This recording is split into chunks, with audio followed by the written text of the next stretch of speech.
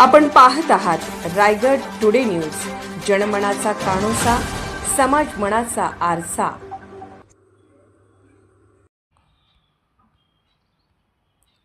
वृद्धाश्रमातील वृद्धांना ब्लँकेटचे वाटप करून वाढदिवस साजरा। पेण तालुक्यातील कारावी गावचे रायगड जिल्हा कबड्डी असोसिएशनचे माजी उपाध्यक्ष गजानन मोकल यांनी आपला नातू भाग्य संदेश मोकल याचा वाढदिवस स्नेहांगण अहिल्या महिला मंडळ वृद्धाश्रम तरणखोप पेण येथील वृद्धाश्रमातील वृद्धांना ब्लँकेटचे वाटप करून साजरा केला।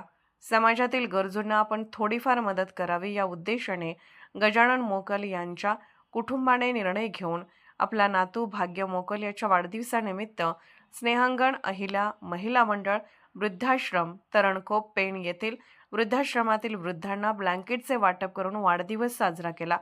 यावेळी गजानन मोकल, वत्सला मोकल, संदेश मोकल, सुप्रिया मोकल, अहिल्या महिला मंडळाच्या अध्यक्षा अश्विनी गाडगीळ, कार्यकारी अध्यक्षा उज्ज्वला गाडगीळ आदींसह वृद्धाश्रमातील कर्मचारी उपस्थित होते।